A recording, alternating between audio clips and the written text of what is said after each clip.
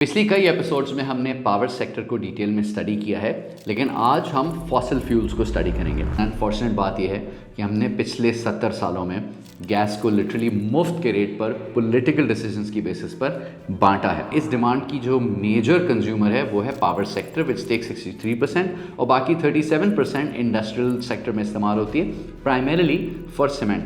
थर कोल के रिजर्व्स को 1991 में डिस्कवर कर लिया गया था, लेकिन 2015 तक ये माइंस ऑपरेशनल नहीं हुई। सबसे बड़ा की चैलेंज है वो हमारी इंपोर्ट रिलायंस है, जिसमें हम बिलियंस ऑफ डॉलर साल के खर्च करते हैं।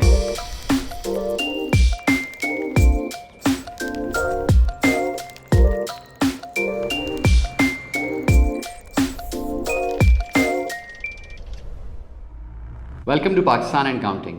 मेरा नाम जुनेद इकबाल है and thank you for watching our energy series. पिछली कई एपिसोड्स में हमने पावर सेक्टर को डिटेल में स्टडी किया है, लेकिन आज हम फॉसिल फ्यूल्स को स्टडी करेंगे और इसके दो रीज़न हैं। पहला तो ये कि आज भी 52% of power generation is done through fossil fuels and overall हम एनर्जी सेक्टर को पूरी तौर पर लैंडस्केप इसका समझ ही नहीं सकते जब तक हम ऑयल, गैस एंड कोल को डिस्कस ना कर लें। So let's start with oil. FY23 में हमारी ऑयल की कंजम्पशन 16.7 मिलियन टन्स या 123 मिलियन बैरल्स थी। ये ग्लोबल डिमांड का 0.4% बनता है। फ्रॉम अ सेक्टर परस्पेक्टिव अगर हम देखें तो हमारी ऑयल डिमांड का 81% ट्रांसपोर्ट ने कंज्यूम किया, 10% पावर जनरेशन ने, 6.7% इंडस्ट्रियल यूज़ केसेस ने, 2.3% एग्रीकल्चर ने एंड बाकी etcetera.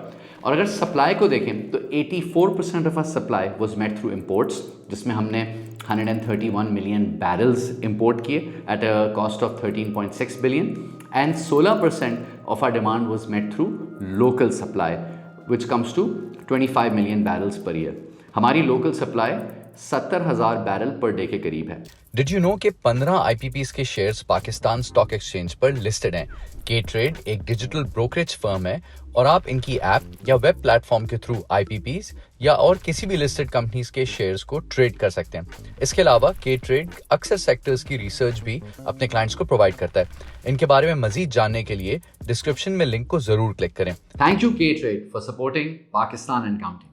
In terms of producers, Pakistan का सबसे बड़ा प्रोड्यूसर OGDC है, जो कि हमारी लोकल आउटपुट का 45% प्रोड्यूस करता है, followed by MOL at 21%, UEP at 14%, PPL at 13.5% और फिर बाकी जो छोटे प्लेयर्स हैं वो मिलाकर 6.5%। इन टर्म्स ऑफ प्रोविंसेस, सबसे ज़्यादा ऑयल KP में प्रोड्यूस होता है at 42%, followed by Sindh which is 38%, Punjab 19% and Balochistan 1%। हमारा जो इम्पोर्टेड ऑयल है उसका सबसे बड़ा चंक 65% सऊदी अरेबिया से आता है and the next biggest chunk is UAE which is 23%। Pakistan के ऑयल रिजर्व्स 243 मिलियन बैरल्स हैं। Now for context, KSA which is a massive oil producer, उनके रिजर्व 267 बिलियन बैरल्स के हैं।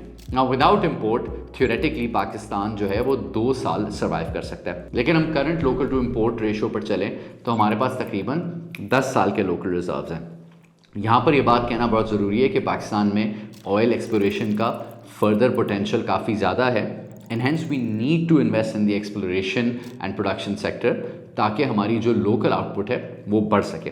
Now when it comes to refining, 60% of our total consumption is refined locally. Pakistan की refinery capacity 152 million barrels की है, जिसमें से हम हार्डली 76 मिलियन बैरल्स यूज़ करें। इसकी वजह है कि पाकिस्तान की जो रिफाइनरी टेक्नोलॉजी है that is based on hydro skimming. ये एक पुरानी टेक्नोलॉजी है जिसमें जब आप क्रूड को रिफाइन करते हैं तो 30% आउटपुट फर्नेस ऑयल का निकलता है। नाउ फर्नेस ऑयल की डिमांड पाकिस्तान में कम होती जा रही है। ऑयल की प्राइस जो है वो ग्लोबल एक्सचेंजेस पर सेट होती है। 3 जगह पर ऑयल कोट होता है, NYMEX, Brent and Arab light, and इसको लेकर एक फॉर्मूले के तहत OGRA which is the oil and gas regulatory authority, वो एक लोकल प्राइस इशू करती है जो कैबिनेट से अप्रूव की जाती है। ऑयल में ऑफकोर्स जो सबसे बड़ा की चैलेंज है वो हमारी इंपोर्ट रिलायंस है, जिसमें हम बिलियंस ऑफ डॉलर साल के खर्च करते हैं ऑयल को इंपोर्ट करने में। तो इसको सॉल्व करने के लिए जो 3 मेजर एस्पेक्ट्स हैं, पहला तो ये है कि ऑयल एंड गैस एक्सप्लोरेशन को हमें मज़ीद इनकरेज करना होगा। सेकेंडली, जो रिफाइनरी कैपेसिटी है हमारी और उसकी जो क्वालिटी है उसको अपग्रेड एंड मॉडर्नाइज करना होगा। And thirdly, transportation which consume 81% of our total oil demand, इसको इलेक्ट्रीफाई करना होगा as we discussed in our last video. इसके अलावा ऑफ कोर्स गवर्नमेंट क्योंकि ऑयल की प्राइस पूरे मुल्क के लिए सेट करती है, this also creates a lot of inefficiency. Now coming to natural gas, Pakistan की total natural gas consumption is 37.8 billion cubic metres, जो ग्लोबल डिमांड का 0.9% बनता है। इसको अगर सेक्टर वाइज देखें तो सबसे ज़्यादा गैस का कंज्यूमर है power sector which takes 35%, domestic users which is households that takes 34%, and lastly industries which takes 25%। अगर हम प्रोविंशियल बेसिस पे देखें तो सबसे ज़्यादा गैस पंजाब में कंज्यूम होती है which takes 41% of the country's demand, followed by Sindh which takes 40%। Gas की 75% सप्लाई हम लोकल आउटपुट से मीट करते हैं और 25% सप्लाई जो है वो इम्पोर्टेड होती है। हमने पिछले साल LNG की इंपोर्ट पर तकरीबन $3.8 बिलियन खर्च किए, एंड जो टोटल हमारी इंपोर्ट है उसका 80% कतर से आया। 2023 के माली साल में पाकिस्तान की प्रोडक्शन 27.8 बिलियन क्यूबिक मीटर्स थी which is 0.7% of global demand, और सबसे ज़्यादा गैस सिंध में प्रोड्यूस होती है at 60% of local output, followed by Balochistan which is 17, followed by KP which is 16, and हमारी बड़ी फील्ड जो हैं उनमें सुई और कादिरपुर शामिल है। पाकिस्तान के gas reserves 522 billion cubic metres हैं which comes to 0.3% of global output, and अगर हम करंट रेशो पर चलते रहें इंपोर्ट और लोकल प्रोडक्शन के तो हमारे पास 12 से 15 साल की गैस बची है। गैस की pricing weighted average cost of gas के फॉर्मूले के हिसाब से तय की जाती है, जिसमें लोकल और इम्पोर्टेड गैस की प्राइस का फॉर्मूला बनाया जाता है। नाउ इम्पॉर्टेंट बात यह नोट करने के लिए रिसेंटली जो इंटरनेशनल प्राइस ली जा रही है या जो इंटरनेशनल प्राइस हमें मिल रही है दैट इज़ $16.3 पर MMBTU, और जो लोकल प्राइस आज भी हम दे रहे हैं दैट इज़ $3.4 पर MMBTU। एंड आई थिंक ये बात सबके लिए समझना बहुत ज़रूरी है कि डिस्पाइट द फैक्ट कि रीसेंट टाइम्स में हमारी गैस की प्राइसेस को बढ़ाया गया है, आज भी पाकिस्तान में गवर्नमेंट बहुत सस्ती गैस दे रही है।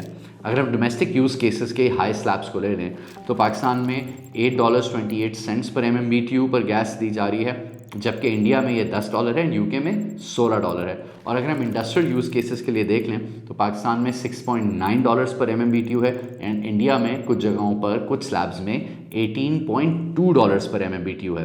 तो गैस के जो कुछ की पॉइंट्स हैं वो ये हैं कि this is the cleanest fossil fuel, and पास में हमने बहुत बड़ी गलती की है कि गैस को वेस्ट किया है। पॉलिटिकल मोटिवेशन की वजह से इसको सब्सिडाइज रेट्स पर बांटा गया है।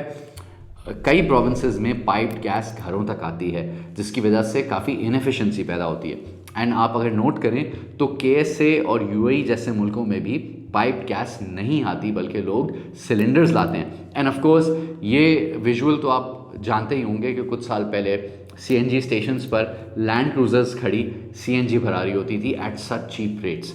तो अफसोस यही बात का है कि हमने गैस को सही तरह से इस्तेमाल नहीं किया। This was a gift from nature. इसको हमें इंडस्ट्रियल यूज़ केसेस के लिए, पावर जनरेशन के यूज़ केसेस के लिए इस्तेमाल करना चाहिए था, और इंस्टेड जो हाउस होल्ड्स की हीटिंग की या कुकिंग की डिमांड है उसको हमें पावर के थ्रू रिजॉल्व करना चाहिए था। Now coming to coal, Pakistan की कोल की कंजम्पशन 23.9 मिलियन टन्स है which comes to 0.4% of global demand.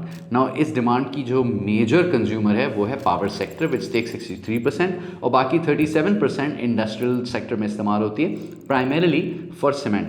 कोल की टोटल सप्लाई में से 53% हम लोकली प्रोड्यूस कर रहे हैं विच इज़ 12.7 मिलियन टन्स, और 47% इम्पोर्ट कर रहे हैं which comes to 11.2 million tons. और जो हमारी सबसे मेजर इम्पोर्ट है which is 44% of our total import that comes from South Africa. Now while global coal demand is coming down, Pakistan में it is growing at about 16.5%। इस demand growth की एक major वजह यह है कि पाकिस्तान की थर कोल की माइनिंग फैसिलिटीज़ अब फंक्शनल हो गई हैं, और रिसेंटली ही 1320 मेगावाट के coal fired power plants online आए हैं। पाकिस्तान के कोल रिजर्व्स 3 बिलियन टन के हैं। ऑन प्राइसिंग अगर हम इंटरनेशनल मार्केट्स की प्राइस देखें तो वो रफली $100 पर टन पर हवर कर रही हैं, लेकिन लोकल जो प्राइस है जो थर कोल बोर्ड सेट करती है वो $30 to $40 पर टन है। नाउ थर कोल के रिजर्व्स को 1991 में डिस्कवर कर लिया गया था, लेकिन 2015 तक ये माइंस ऑपरेशनल नहीं हुई। एंड चैलेंज ये है कि बाय द टाइम पाकिस्तान ने अपनी माइंस को, थर कोल के इंफ्रास्ट्रक्चर को डेवलप किया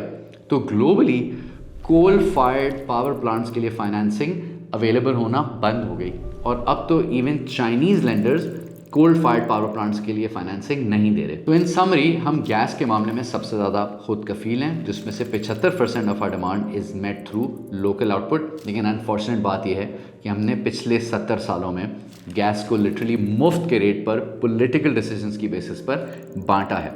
When it comes to coal, it's somewhere in the middle. 53% of our demand is met through local output. लेकिन अनफॉर्चुनेट बात यह है कि हमने थर कोल की माइन को डेवलप करने में बहुत देर कर दी। लेकिन when it comes to oil, we are heavily dependent on imports. 84% of our oil comes from abroad. And of course इस पर हमने डिस्कस किया है कि अगर हम जो ट्रांसपोर्ट का केस है, ट्रांसपोर्टेशन को इलेक्ट्रीफाई करें, इससे हमारी ऑयल की डिपेंडेंस कम हो सकती है। इसकी वजह से जो एक्सेस कैपेसिटी की पावर की पेमेंट्स हैं वो भी कम हो सकती हैं, हमारा इंपोर्ट बिल भी कम हो सकता है एंड एमिशंस भी कम हो सकते हैं। थैंक यू एंड खुदा हाफिज़। और जाते हुए इस दफ़ा 2 सवाल। पहला ये कि आपकी नज़र में थर कोल की माइन की डेवलपमेंट में इतनी देर क्यों हुई, एंड सेकेंडली क्या हमें CNG के ज़रिए सस्ती गैस देनी चाहिए थी? जवाब कमेंट्स में ज़रूर दें and don't forget to subscribe Pakistan and counting.